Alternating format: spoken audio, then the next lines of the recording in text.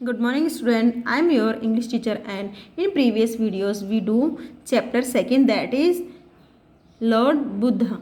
बच्चों हमने previous videos में पढ़ा था सेकंड चैप्टर और सेकंड चैप्टर क्या था?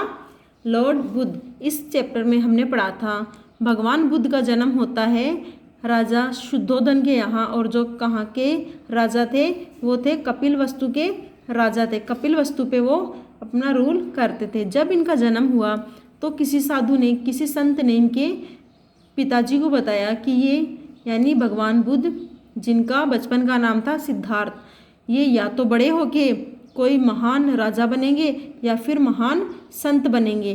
तो उनके पिताजी क्या चाहते थे कि उनका बेटा कोई संत ना बने, वो महान प्रतापी राजा बने। इसलिए उन्होंने अपने बेटे को दुनिया के संसार के सभी दुखों से, सभी बीमारियों से, सभी बुरी बातों से जो उनको दुखी कर सकती थी, इन बातों से उनको दूर रखा और उनको महल की यानी पैलेस की जितनी भी लग्जरियस लाइफ है, विलासिता भरे जीवन है, वो उनको दिया। और कुछ वर्षों पश्चात सिद्धार्थ का विवाह कर दिया गया और उनके यहाँ एक बेटा पैदा हुआ जिसका नाम था राहुल। और हमने आगे पढ़ा था इस चैप्टर में।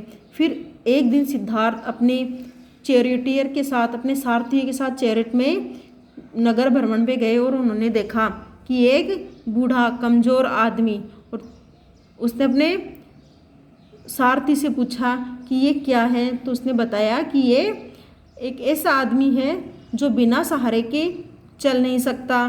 फिर आगे दूसरी बार उसने देखा कि एक कमज़ोर सा बूढ़ी अवस्था में एक वृद्ध आदमी था।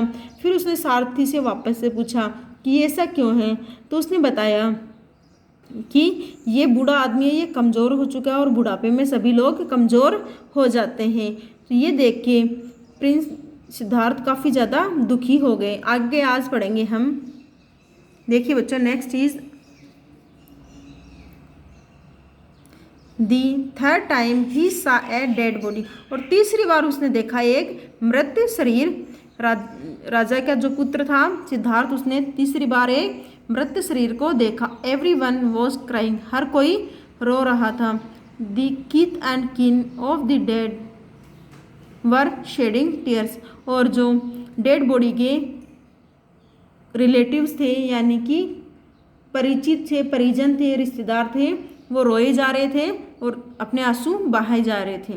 The charioteer told the prince that one who is born must die.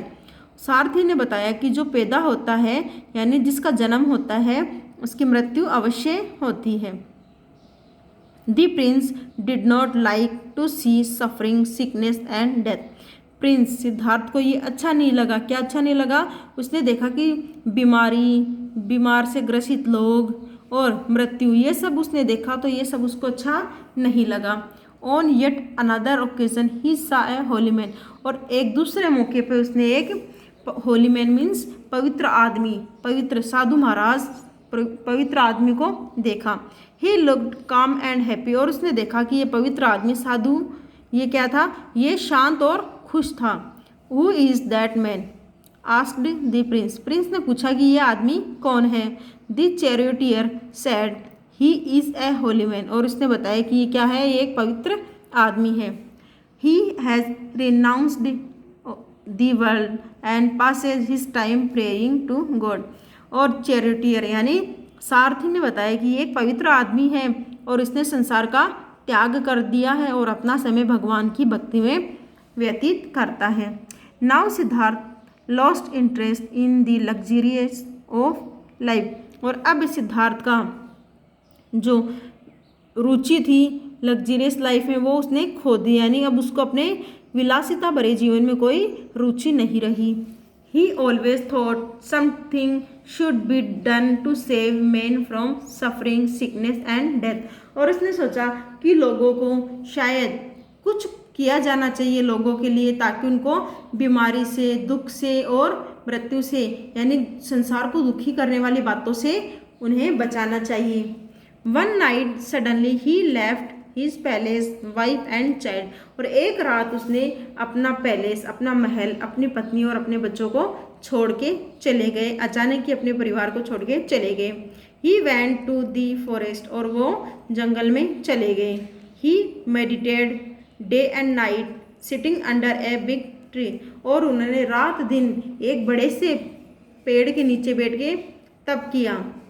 One day he felt that he had found the answers to all his questions, और एक दिन उन्होंने महसूस किया कि उनके सभी सवालों के जवाब उनको मिल चुके हैं।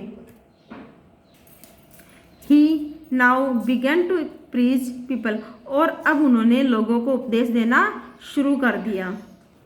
बच्चों मैं आपको बता देती हूँ, प्रीच का मीन होता है उपदेश, और उपदेश का मतलब ये होता है कि हम धर्म के बारे में जब लोगों को प्रचार प्रसार किया जाता है तो उसको उपदेश कहा जाता है। आगे देखिए, he thought them to be kind to man birds and beasts, और उन्होंने सोचा कि इंसान को, उन्होंने सिखाया, सॉरी बच्चों टॉट, उन्होंने लोगों को सिखाया कि लोगों को, इंसानों को, मनुष्य को जानवरों के प्रति और पक्षियों के प्रति और दूसरे मनुष्य के प्रति दयालु होना चाहिए।